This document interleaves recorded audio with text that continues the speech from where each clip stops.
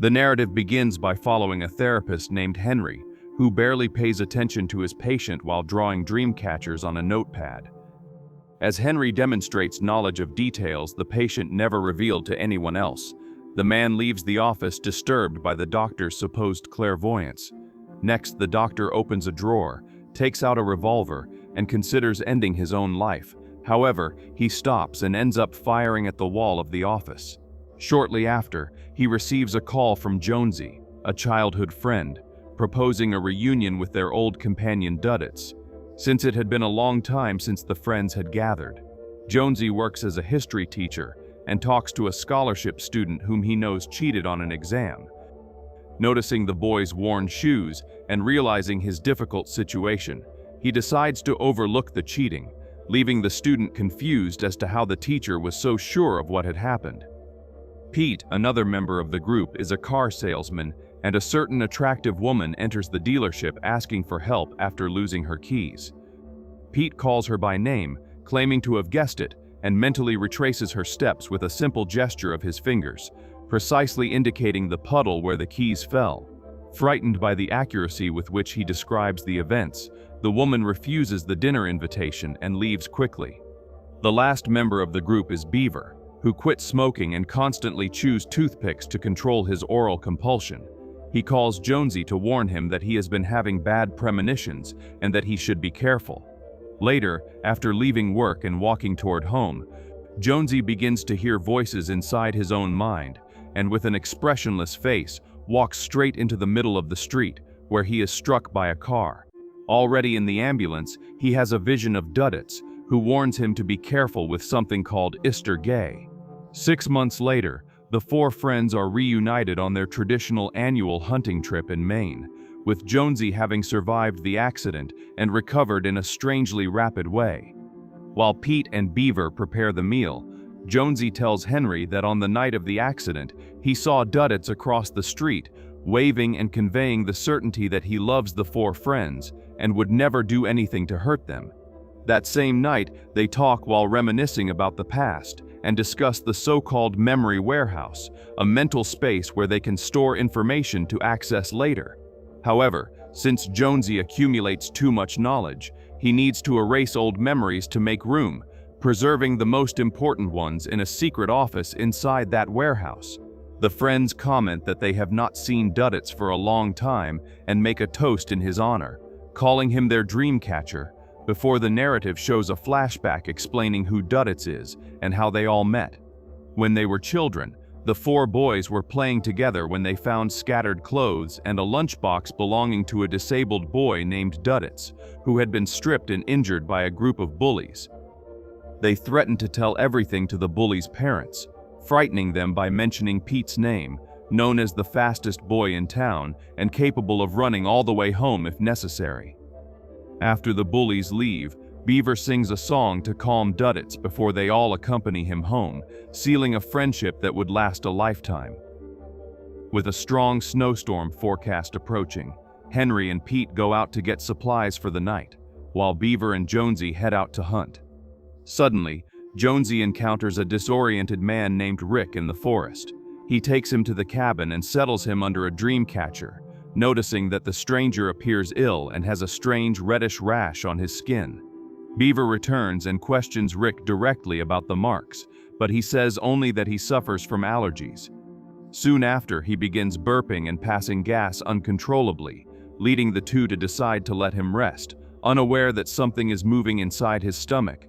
Meanwhile, Henry and Pete return by car with the supplies. When Henry, shaken, comments that he recently learned that a former patient died horribly, even devouring himself. While going up a slope, they have to leave the road to avoid running over a frozen huntress. The truck is destroyed, but both survive, with Pete injuring his leg and beginning to limp. They approach the woman and believe she is dead, until she extends her hand asking for help and mentions Rick, another member of her hunting group, presenting the same gas and red marks.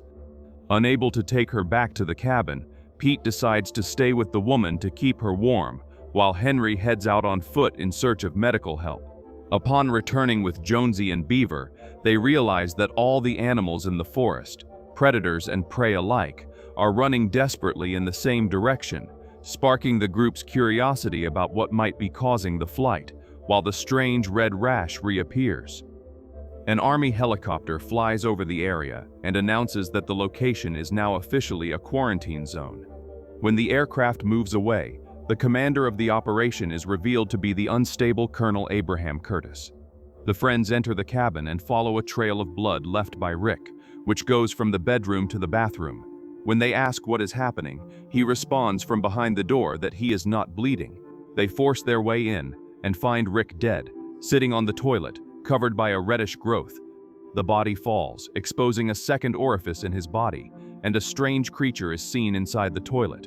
Beaver acts quickly and sits on the lid. He tries to flush, but the mechanism fails, causing his toothpicks to fall into a pool of blood.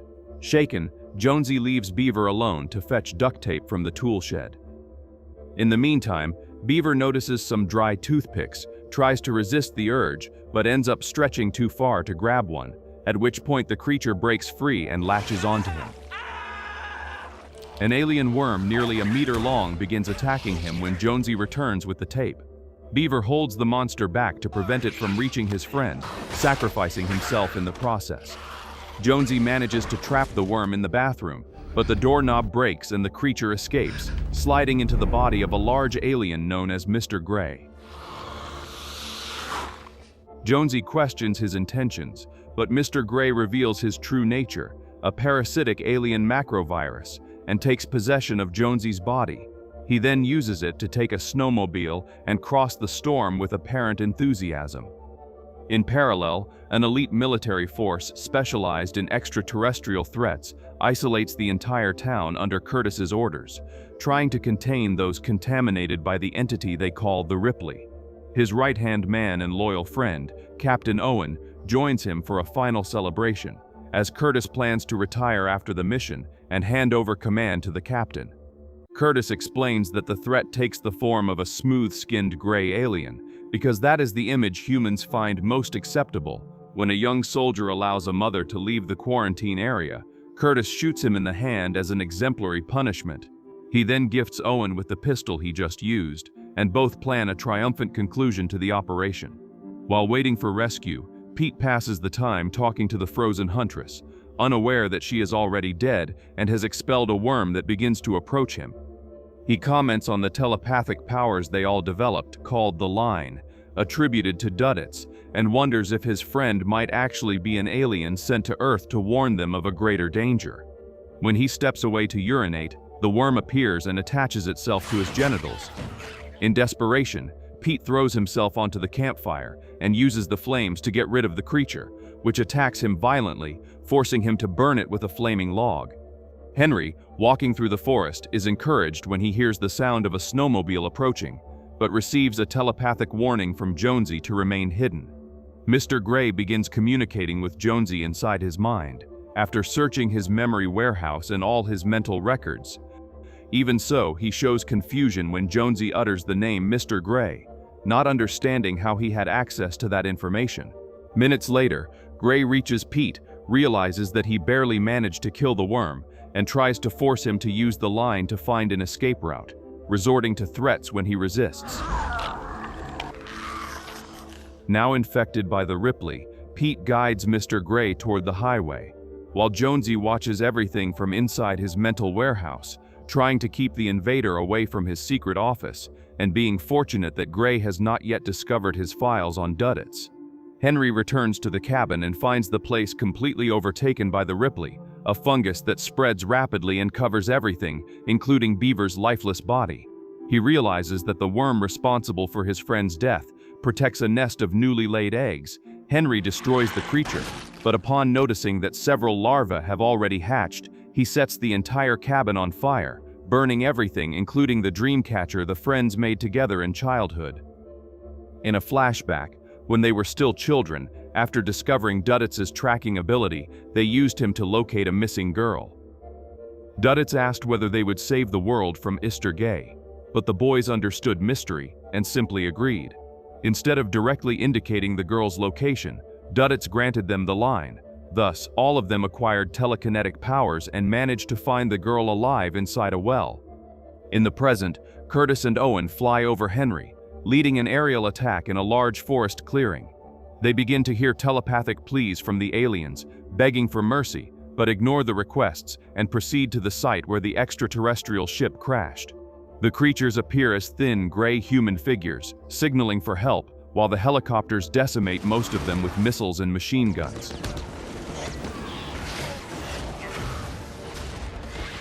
When attempting to flee, the aliens revert to the form of giant worms and trigger the ship's self-destruction, eliminating all the soldiers except Curtis and Owen, who notice the overheating in time. Exhausted by Pete's taunts, Mr. Gray ends Pete's suffering related to the infection by the Ripley. Upon reaching the road, he signals to a truck, quickly devours the driver, and then feeds the dog alien flesh, heading toward civilization.